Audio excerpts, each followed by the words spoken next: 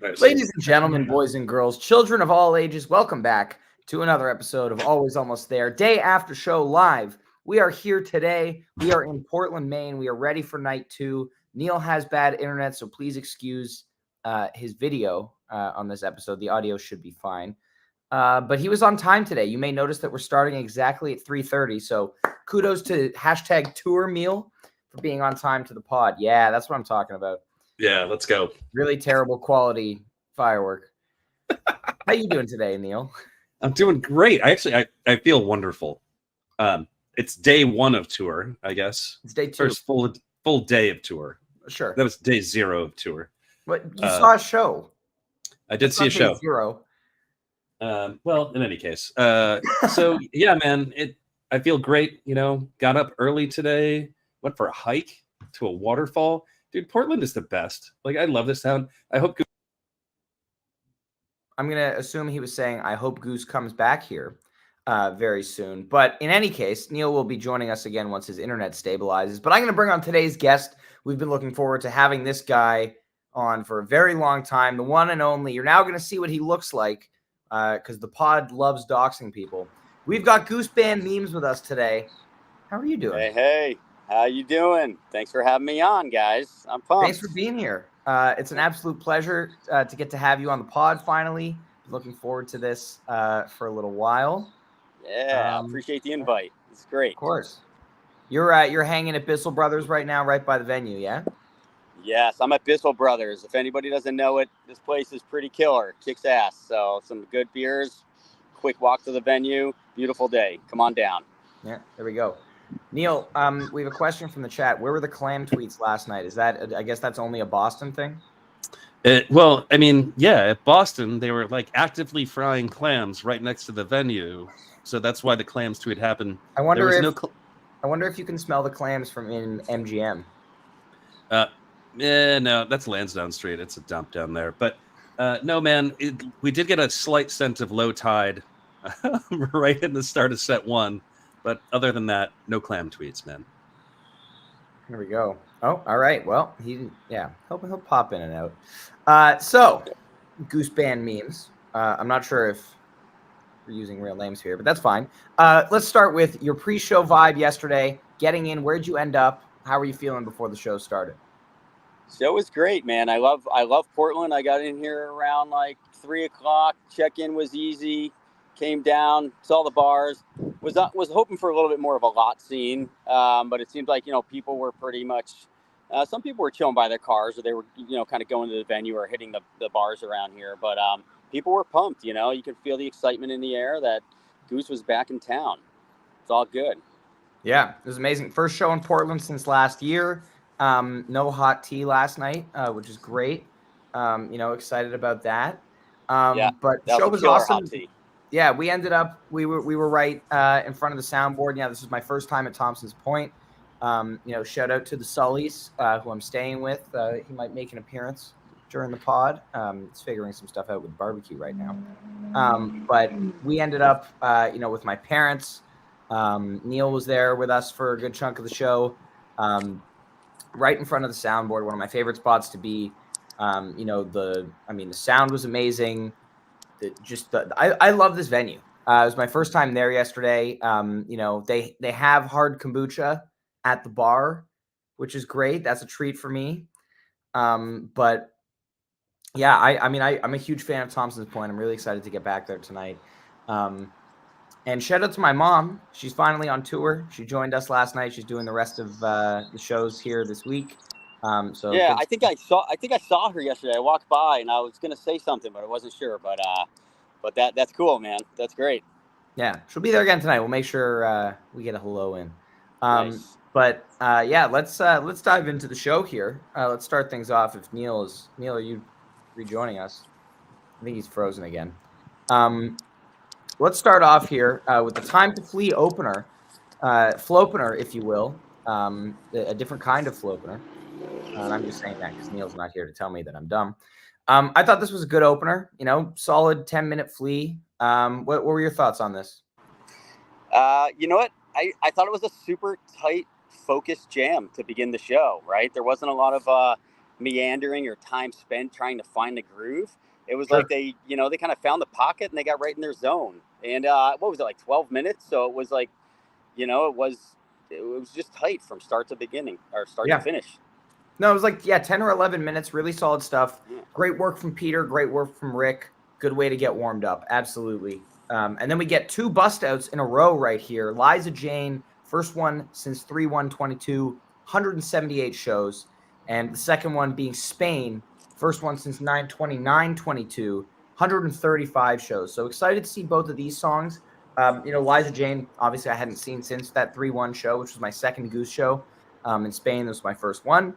Really excited to see both of those covers, and they were both played really, really well. I was also thinking about how the first 3 songs of the show could not have really been any more different in style. You have Time to Flee, which is like goofy, original Peter song with a jam. Then you have Liza Jane, which is like this traditional. And then you have Spain with, Chick Corea tune. So really, really cool contrast between the first 3. Yeah. But what did you think of Liza Jane in Spain? Yeah, I love the diversity, right, in the beginning of the set. And it's interesting because I was thinking to myself today, I'm like, Liza Jane's not really a song that that's necessarily on my list to hear. But like, man, they got into a really funky jam too. Like there was at one point, that just Peter started hammering on the keys and like, they just got into this really, really cool groove that I was like, all right, man, like this tune is hanging in there. It was good. And then the, of course, like the Spain, I mean, Chick Corea, that was great, man. And I feel like that's kind of like, that's really in Rick's wheelhouse, like that jazz style, right? I feel like he just really excels there. And on that one, I was also super impressed with Peter because he was hanging too with the jazzy vibes, So it was, again, the diversity in the beginning of the set was fantastic. Who all is on? Sully's here. What's up, folks? Joining the pod, saying hi. What did you think of the show last night? I loved it. You had a great time? Yeah. I really did have a lot of fun. It was warm, but it was fun. It was. I really just came up here to ask Ryan if he wanted a burger or a dog. Oh, I'm good. Huh? I'm making them, so. I'll take a burger. All right. Fun, y'all. Thank you. We got the Sully report. Tell Sully I'll be right over for a dog. Yeah. All right, Neil, you got any thoughts on Flea, Liza Jane, and Spain? Unexpected, all 3, right? So I was cool. expecting Flea. I don't know about Really? you. I mean, if you look at the It's on average my gap picks. on that thing, I can't believe you picked that because like it wasn't due for like another 4 or 5 shows, but there it was. So that was pretty cool. I am excited that I caught Spain, so that was super exciting. Little, Berkeley jazz. So I don't know. It's just I'm surprised they don't do more stuff like that. To be honest with you, it's pretty cool. Pretty cool stuff. I was like really digging it last night too, compared to other versions that I've heard. Like it just felt like it had a little extra sauce. And then Liza Jane is also always pretty cool to hear. It's crazy. It's crazy how many bust outs we've had on this tour. It feels like almost every show we're getting at least one cover that they haven't played in a year or two, which is really cool because, we've talked about expanding the rotation and hearing, new songs and new covers, but also getting these more rare ones that they haven't played in a while is really cool to see so many of them in rotation and so many of these covers that, were only played once or twice last year as opposed to 4 or 5 times like other covers. So yeah, it's great. Yeah. Matthew Ross, this is the best tour for people chasing songs. Absolutely. Unless you're chasing loose ends. So far. Yeah. And what's funny is that's my second Liza Jane too, which is absolutely wild. Also your second Liza Jane, if I'm not mistaken. Yep. You saw it in DC, right? Yeah. Have you seen any of those before? That's my first. Check it off. Check it off the list, man. That was my first. It's great. Awesome. Checking them off.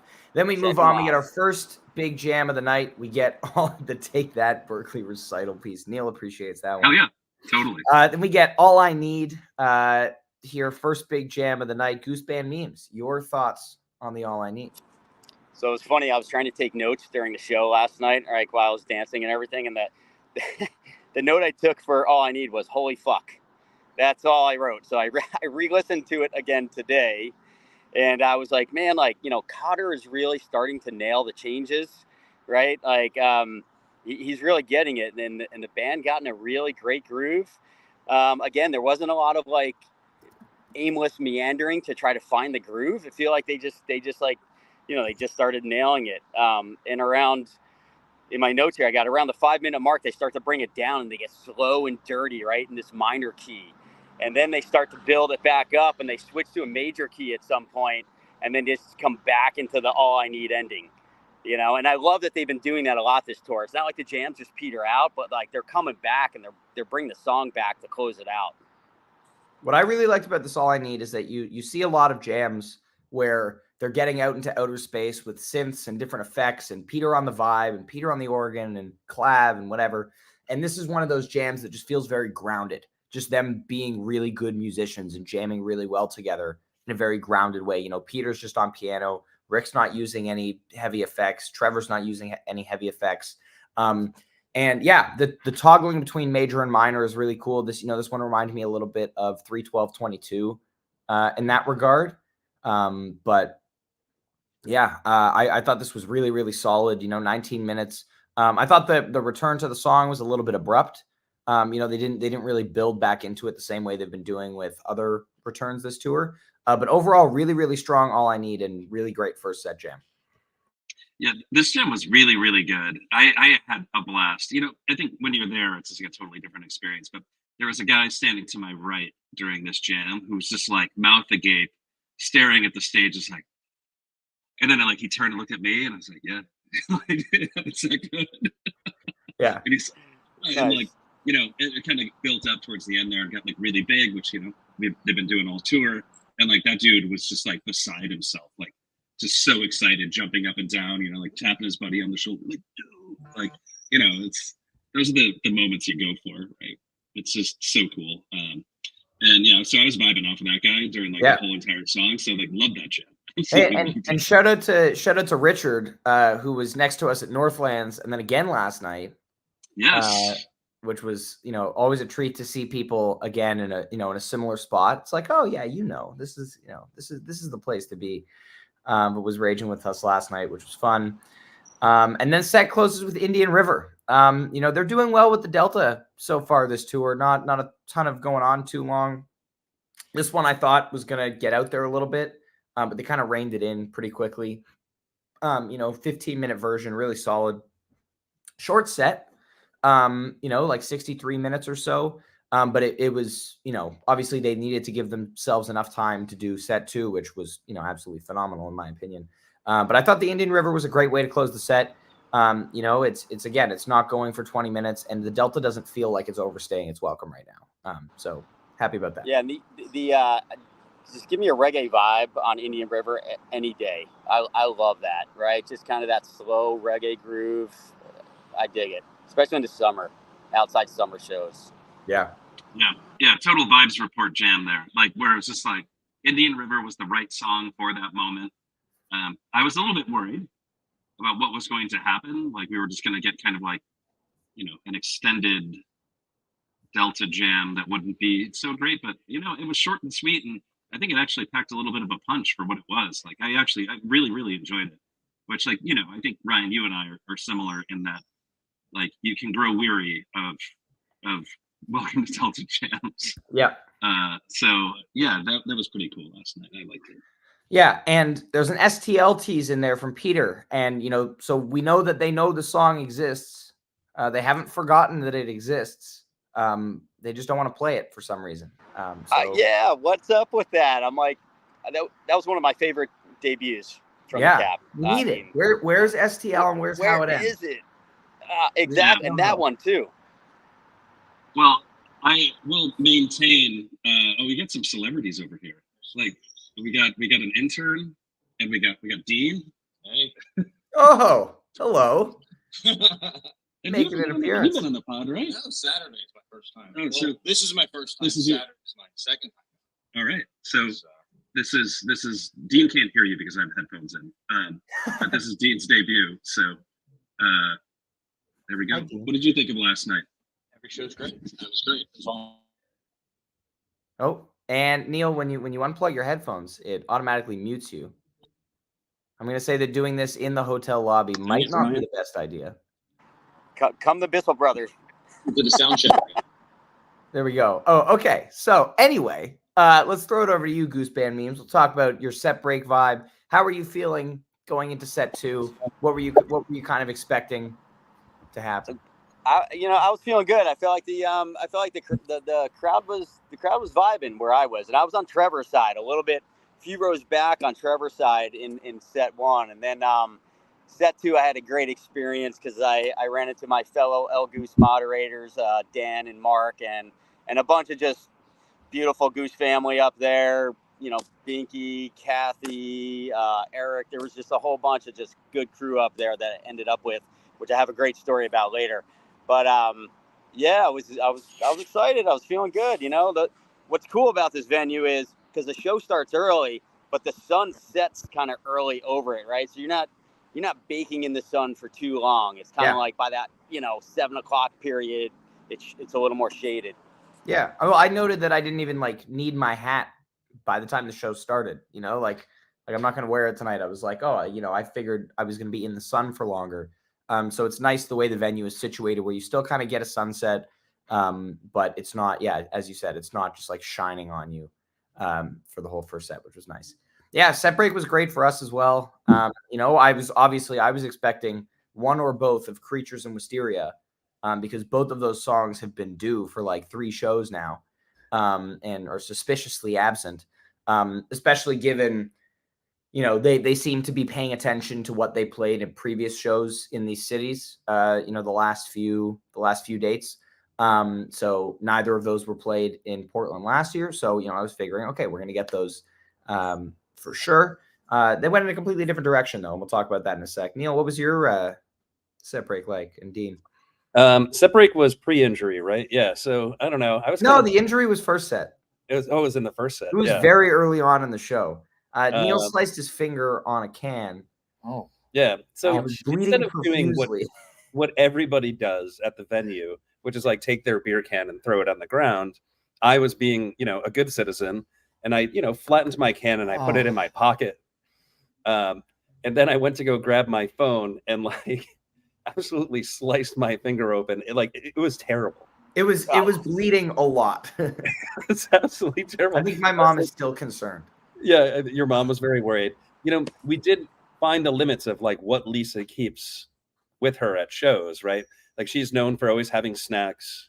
She's always got something. She's pulls random things out of the bag. What she did not have was a Band-Aid. So Lisa, that's something for you to work on for next time. That's mostly due to, I think, you know how very off topic, but how one box of Band-Aids should theoretically last you years. Yeah. Andy just goes through Band-Aids. Just somehow he doesn't even injure himself that much. He will get injured and he will use 7 Band-Aids in one day. So what you're saying is this is Andy's fault that Lisa didn't have a Band-Aid last night. Okay. Correct. Right. It's Andy's fault that you were bleeding out during the first set. Well, that was my own fault for not so karmically I did something wrong there. I don't know what it was. Yeah. There we go. Dean, kudos to you for not littering, right? I did the same thing, man, and they were leaking out of the bottom of my shorts by the end of the night. So I was half dry, half wet with beer and whatever else I was drinking. Dean, how are you feeling at set break last night? It was great. First, Goose Band Memes, dude. We were right near each other, and I didn't even see you. So tonight, you better find me, okay? Yep, let's do it. You better find me. Two dudes in hats with beards. Should be very easy to find. So hats off to the staff. We were on the rail left of Trevor, so outside of Trevor, where the sheets kind of hang on the stage, and the staff have cases of water bottles, and they just hand them out at will. So anybody who wants one, just hand the bottle of water. And the guy working say, this is our insurance policy. So we're doing this for a reason, to prevent anything from happening. And they're handing out 6, 7, 8 cases of water all night long. You want a bottle of water? Just reach your hand up and they hand them out. So that was set break, literally just handing out water bottles. It was fantastic having everyone do it. So that's amazing. Kudos to Thompson's point. Whether you're doing it for insurance reasons or because you're a good person. The fact that they're doing it is very important. And the fact that they have that much and it's just being handed out the whole show is amazing, especially given how sweaty it was last night. Hydration was definitely necessary. It was warmer than I was expecting it to be. Yeah, done right. Well, it was pretty humid too. I mean, it was like, 85 degrees, dew point of 85. Like it was brutal. Absolutely brutal. Yeah. All right, let's dive into set 2 here because we got a lot to talk about. Drive Hollywood Nights comes out of the gate super, super strong. 2 guitar Goose, incredible jam. Let's throw it to you first, Goose Band Memes. Your thoughts on this? 2 guitar Goose fucks every time. Every time. Yes. I mean, it's just, I love it. We don't get it, I feel like we don't get enough of it anymore. And you're getting a lot of it this year. Yeah, we are, and I'm absolutely loving it. It's fantastic. And that, that drive again, like Cotter really starting to nail those changes, right? He's starting to feel those changes that we didn't see previously. And it was cool because it went into a darker ambient space around like the 8-minute mark. It got a little bit like slower. And then around like 14 minutes, it picks up and it gets into this really, really cool jam where they just, we'll talk about Hollywood Nights in a minute because that was just a seamless, beautiful transition.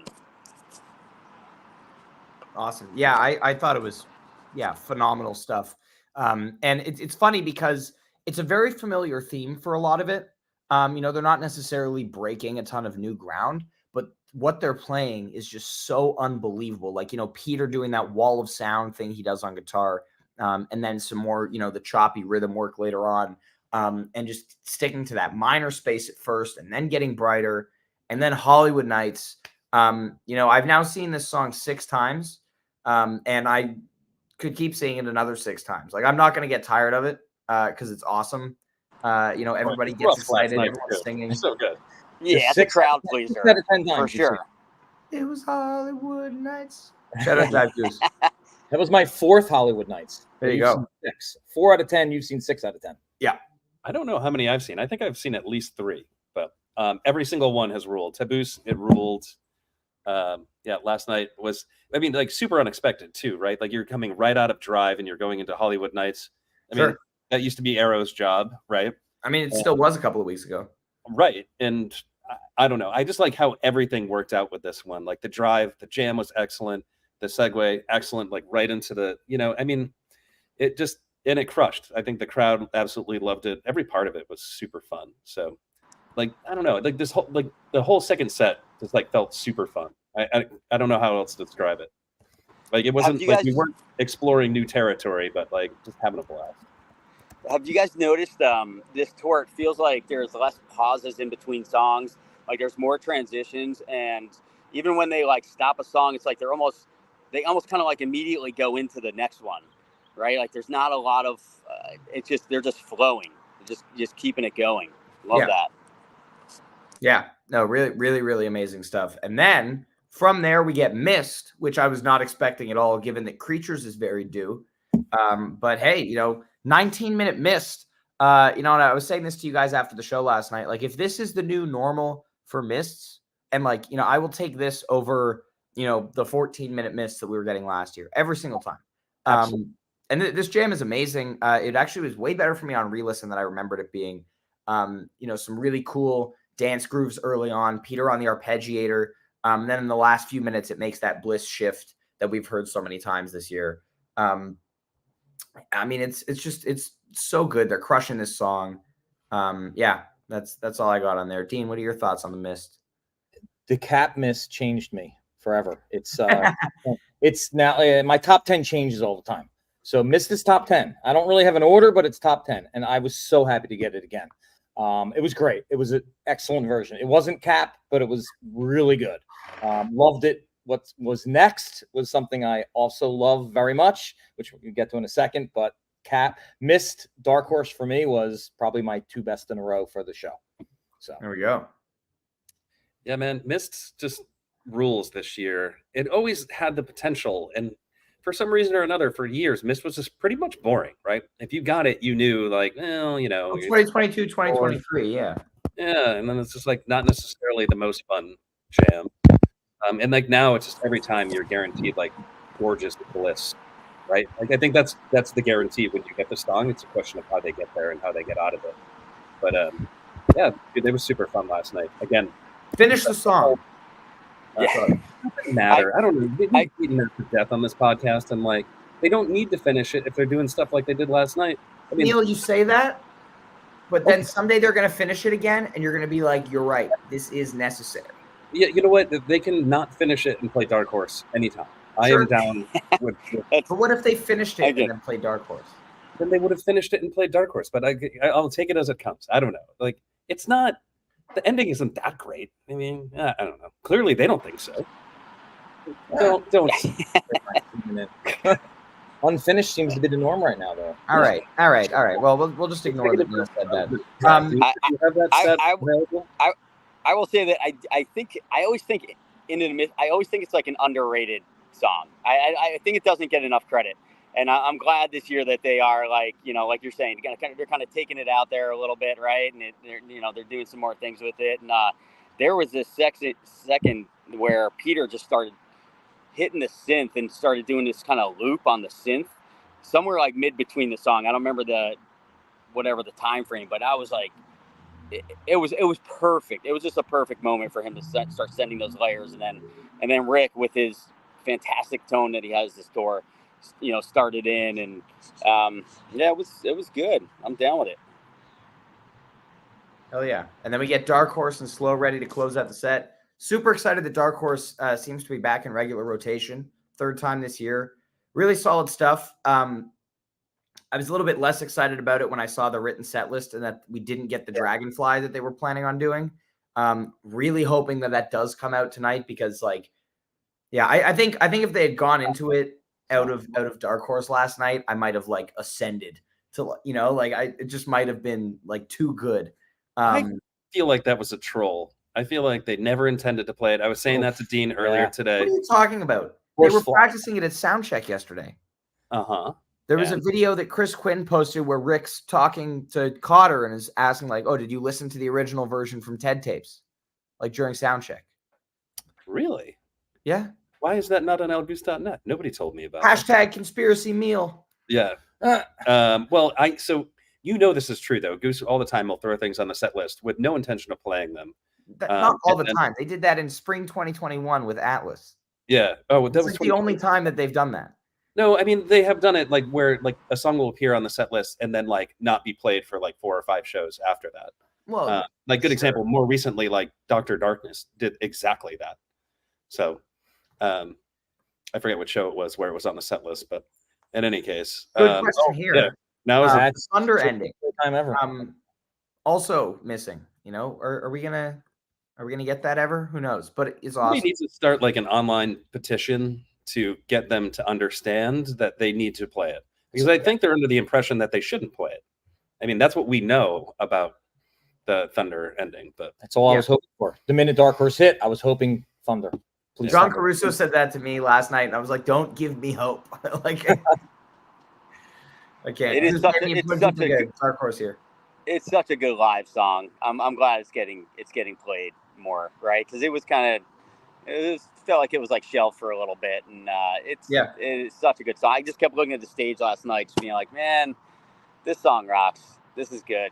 Keep it going. Yeah.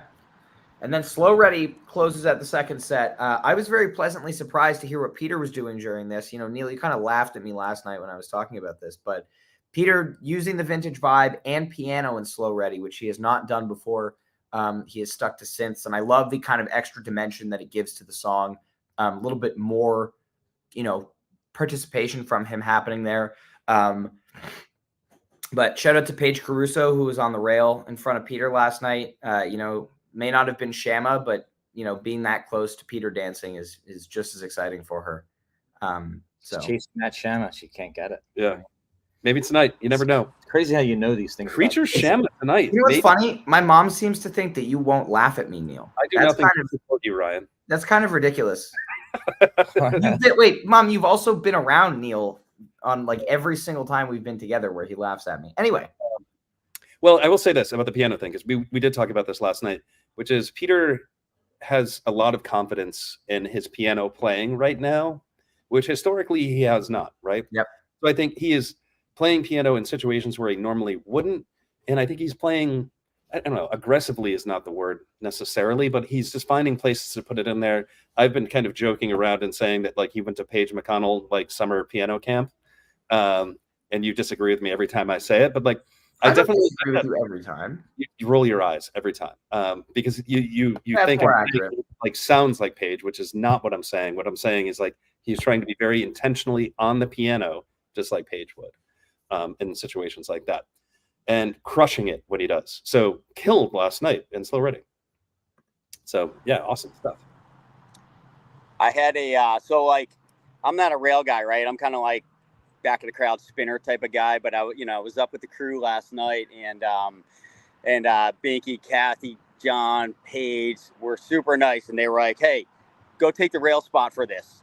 Yeah, you and Mark, Siobhan, go up and take the rail spot." So I had a very nice, like intimate, slow ready moment with Mark, which was fantastic. And we're up there, we're grooving and whatever, and getting down, and I guess I was getting down a little too hard, and I accidentally just like punched some dude in the balls behind me. Oh, ouch. Oh no! Dude, I had no idea. Binky has it on tape. I had no idea, and this dude's like, On tape? "Oh."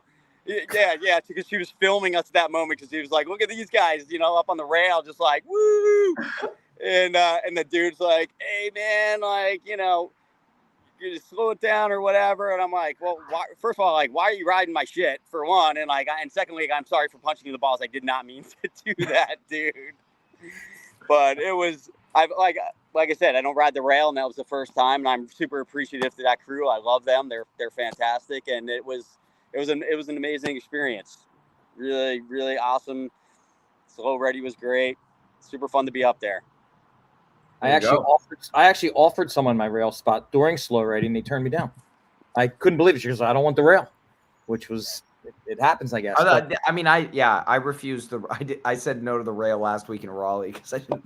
It's a lot. It's a lot to be up there. Well, I mean, like doing the you got pressure. There's a lot of pressure when you're there. Like you get text messages from your friends who criticize your dancing, ask Hey, me how I know. We would That's never why you go criticize you, Neil. What? We would never criticize you. You guys just roasted me all night long. Yeah, that's better. It's not criticism. All night long. Everybody, all of my good friends. So thanks for that.